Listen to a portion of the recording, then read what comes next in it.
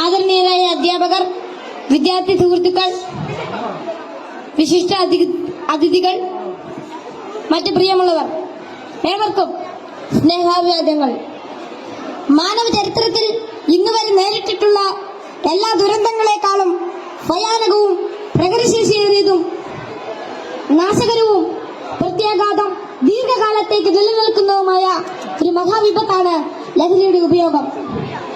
ഓരോ കുട്ടിയുടെയും ജീവിതത്തിലേക്ക് ഹരമായും ഉന്മാദമായും ഉച്ച ചങ്ങാതിയായും മൃദുവാസത്തോടെ പടികയറി വരുന്ന ലഹരി മരുന്ന് ഏതു വിധേനയായാലും ഒരു പ്രാവശ്യം ഉപയോഗിച്ചാൽ പിന്നെ അതിന്റെ തോഴനും പിന്നീട് സന്തത സഹചാരിയായും അധികം വൈകാതെ അടിമയുമാക്കി മാറ്റുന്ന മാന്ത്രിക ശക്തിയാണ് മയക്കുമരുന്നിനുള്ളത്.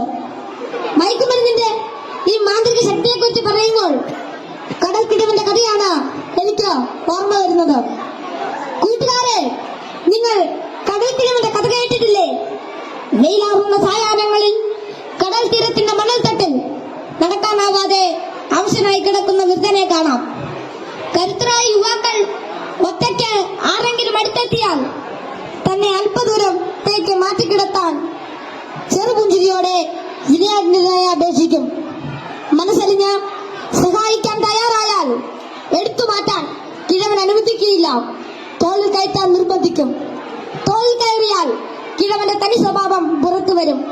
തന്നെ വഹിച്ചവൻ കുഴഞ്ഞു വീണ് മരിക്കുന്നതുവരെ തോളിൽ തന്നെ ഇരിക്കും. നന്നേ ഭാരമുള്ള കിഴവനെ ചുമന്ന യുവാവ് മരിച്ചു എന്ന് ബോധ്യമായാൽ ഇറങ്ങി അല്പമകലെ മാറിക്കിടക്കും, അടുത്ത ഇരയെയും കാത്ത്.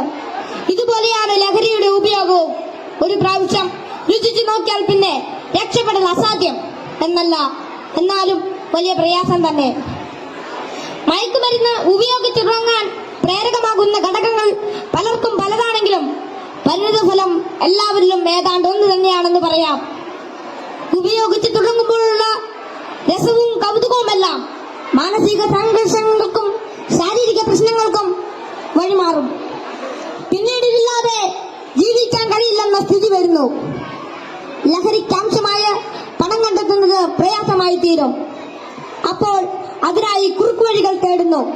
അങ്ങനെ അധാർമിക ജീവിതത്തിനും കുറ്റകൃത്യങ്ങൾക്കും പ്രേരിപ്പിക്കപ്പെടുകയും കുടുംബത്തിനും സമൂഹത്തിനും നിയമപാലകർക്കും തലവേദനയായി മാറുന്നു.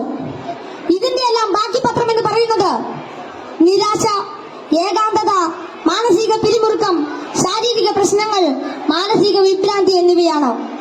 ഈ പ്രശ്നങ്ങൾ ഇവരെ നിഷ്ക്രിയരും നിർജീവനുമാക്കി തീർക്കുന്നു. അങ്ങനെ കുടുംബത്തിന്റെയും സമൂഹത്തിന്റെയും നട്ടല്ലാകേണ്ട ഇവർ വീടിനും വീട്ടുകാർക്കും നാടിനും തന്നെ ബാധ്യതയായി തീരുന്നു. ലഹരി ഒരു മഹാവിപത്താണ്, സമൂഹത്തെ കാർന്നു തിന്നുന്ന മഹാവ്യാധി. ഇത് ബാധിക്കുന്നതാകട്ടെ നാടിന്റെ സമ്പത്തും രാഷ്ട്രത്തിന്റെ അടിത്തറയും നട്ടലുമായ കൗമാരത്തെയും യൗവനത്തെയും.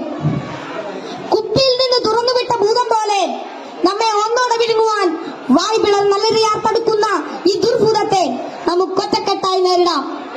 ലഹരി എന്ന മഹാവിപത്തിനെതിരെ സന്ധിയില്ലാ സമരത്തിനായി നമുക്ക് അണിചേരാം. മയക്കുമരുന്നിന്റെ ഉപയോഗത്തിനും വിതരണത്തിനും വ്യാപനത്തിനുമെതിരെ കൈയോട് കൈകോർത്ത് നമ്മെ തന്നെ കാത്തും കൂട്ടുകാരുടെ കാവലാളായും ലഹരിക്കടിമപ്പെട്ടു പോയവരെ ചേർത്ത് പിടിച്ചും ലഹരി വിമുക്ത നാളേക്കായി ഐക്യദാർഢ്യത്തിന്റെ ഉരുക്കുകോട്ട തീർത്ത് മുന്നേറാം. ഉറച്ച തീരുമാനവും വ്യക്തമായ കർമ്മപദ്ധതികളും കൃത്യമായ ബോധവൽക്കരണവും കൊണ്ട് നമ്മുടെ കൂട്ടുകാർക്ക് ചുറ്റും നമുക്കൊരു രക്ഷാവലയം തീർത്ത് മനവും കനവും ഒന്നായി ചേർത്ത് ഉറക്കെ പാടാം. ശിരസ്സുയർത്തി പറയുക ലഹരിക്കടിപ്പെടില്ലൊരു നാളും നാം. ശിരസ്സുയർത്തി പറയുക ലഹരിക്കടിപ്പെടില്ലൊരു നാളും നാം.